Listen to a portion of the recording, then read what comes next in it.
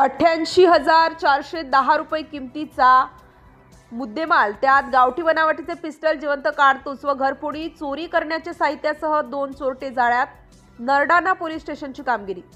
दिनांक 22/10/2025 रोजी पहाटे 4 वाजताच्या सुमारास पेट्रोलिंग करीत असताना पोलीस अंमलदार असे रात्रगस्त पेट्रोलिंग फिरत असताना त्यांना नरडाणा ते मेलाणे रोडवरील पुलाखाली सार्वजनिक ठिकाणी इसम नामे अजित रेमा ठाकूर वय 21 वर्ष, राहणार घोडल्या पाणी,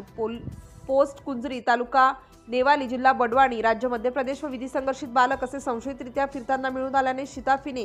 2 पंचांसमक्ष अंगझडती घेतली असता त्यांच्या कब्जात अवैधरित्या देशी बनावटीचे पिस्टल, 2 जिवंत कारतूससह 1 कटर, 2 पेंचीस, 1 लोखंडी चपटी टॅमी, 2 मोबाईल व 1 विना नंबरची हिरो कंपनीची स्प्लेंडर प्लस मोटारसायकल असा एकूण 88,410 रुपये किमतीचा मुद्देमाल मिळून आलेला आहे. त्यांच्या विरुद्ध पोलीस कॉन्स्टेबल सुनील गावित यांनी दिलेल्या तक्रारीवरून भारतीय हत्यार कायदा कलम अधिनियम 1959 चे कलम 325 नुसार गुन्हा दाखल करण्यात आलाय.